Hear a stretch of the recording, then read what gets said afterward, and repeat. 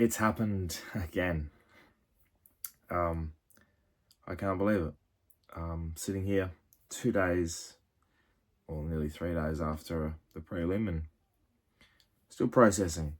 Because it's there's so many things that come out, so many things that people talk about, and it's a difficult thing to process. And I do apologize for the late review. I think it's probably benefited myself more so than anything, because I've had a couple of days to process.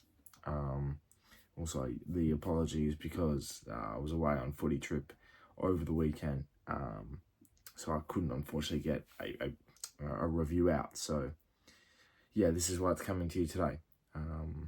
And I sit here and I can say all these different things that went right and all these different things that went wrong, and at the end of the day, we're just not good enough. Not good enough to be playing this week. Grand final week. It's it's really disappointing. It's really sad.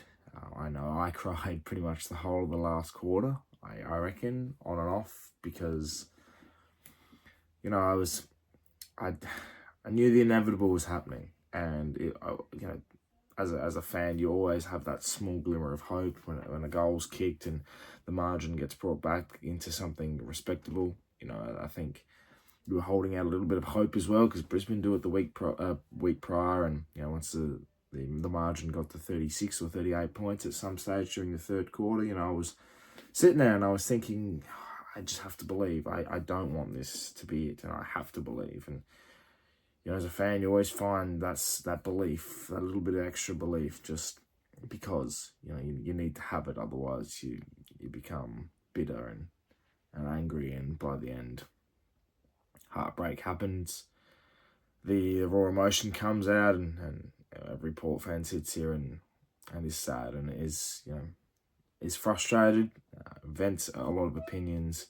I think we all sort of sat here and we had hope that we had the possibility to do it. But at the end of the day, I think we all sort of sat here at the same time and thought, this is going to be it. This is going to be our end, the prelim final. And look, out of all the prelims, I think this is the one we were pretty much least likely to win.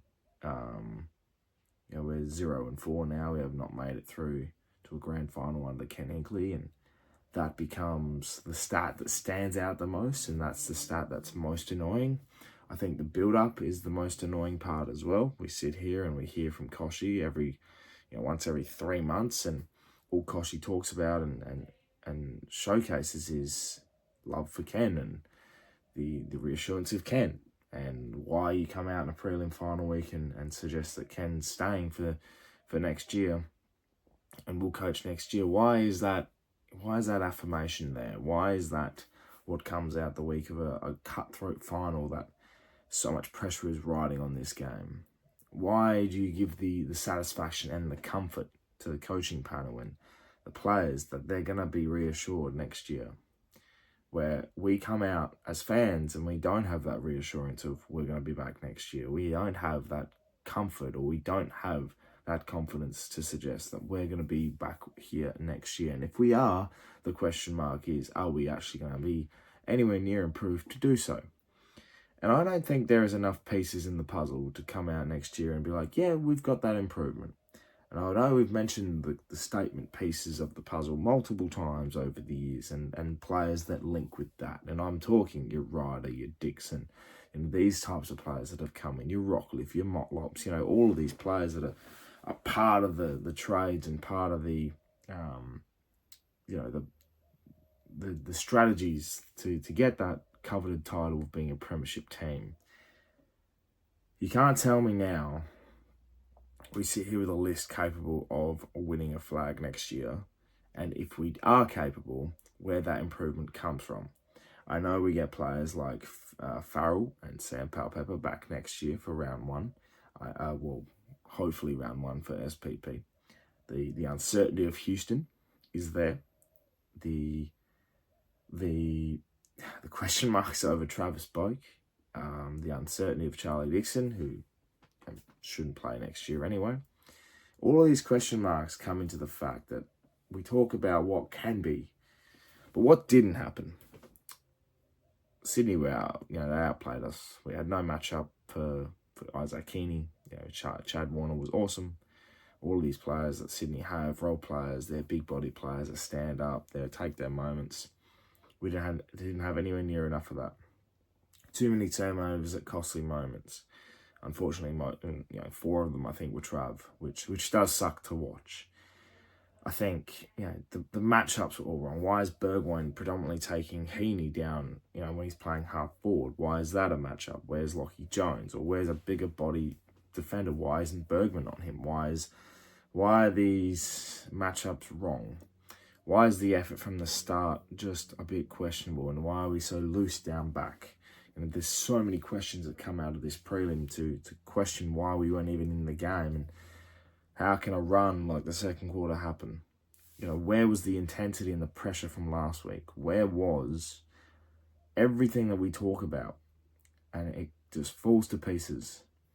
Why is it in one final you can suck absolute shit against Geelong, come back and turn it around in a game like the Hawthorn game and fly about to Ginnivan, and then why do we come to Sydney, put in an effort that's in between those two? We would, besides the first quarter and a few moments here, they were never really within touching distance of Sydney. It was a stiff-arm kind of game. They always had a length on us. I don't know how to put it.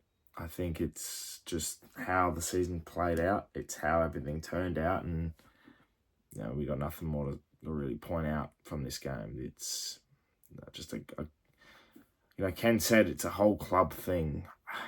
I don't think Ken realises it's a whole club thing. I think he's saying that because he has to. I think he knows that what he has isn't anything further. There's no step further for him as a coach, I feel, anyway.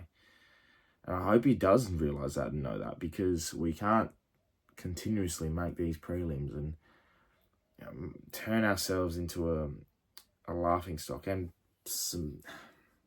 I know finishing 4th with the list we have, if you isolate the season, a prelim's a pretty damn good job. You outdid any sort of expectation that people had throughout the year, and even from round 15 when we lost to the Lions by 80 points, to turn around from there and finish in second, make a prelim, play away from home, is outstanding. That is an incredible achievement from what we had. But when it's our situation, Port's situation, it's a bit different, because you sit here and you're just like, we continuously do this. We've made another final series, another failed final series. It can't keep happening. And it's sad, it's disappointing. Footy's over for Port fans. The question marks of list management and everything comes into fruition now for the off-season, the silly season, trade period, draft, everything. It's all set up again for 2025. And I think that's the reality that sets in, and that's where the anger and frustration really comes from, because there is nothing more we can do.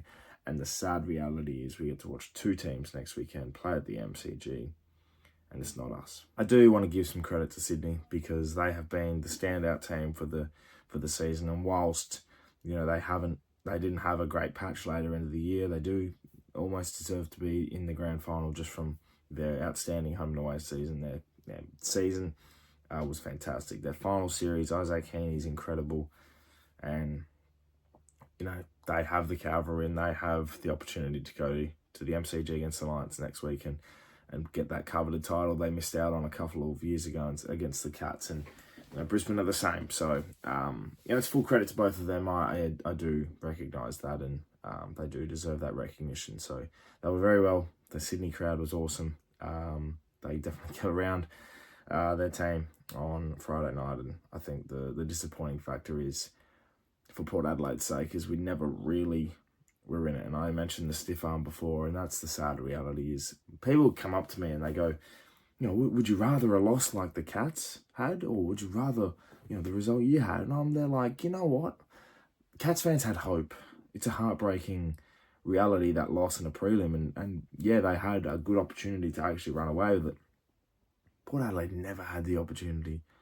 And you had to sit there and you had to hold hope, you had to false hope that. You had to really just put in every bit of belief that you had to say, we're not out of it, we're not out of it, 5 goals down, we're not out of it, 6 goals down, we're not out of it.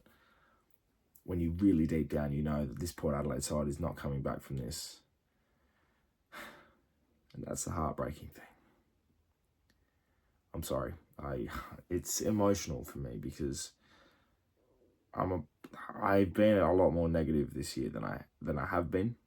I've always been a positive supporter and I've always been in a positive frame of mind, but there's a lot of realities at the moment that really just break you down. And as you get older, I guess you sort of find the balance of belief and reality.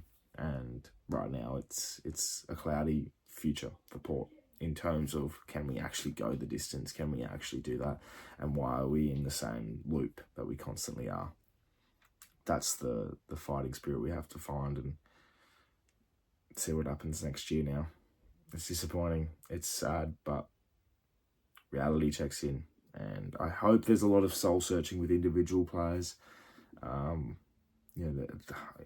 Players like Jason Horne-Francis who have found another gear or two this year, and that's their natural development and his natural development, which is great. And I think a few other players have to find that as well. And players, I have to point them out, but Connor Rosie, Zach Butters, these types of players that we believe in, I want them to go. Rosie was great. His captaincy I thought was great on Friday night. He kicked 2 really important goals at times that we probably needed them.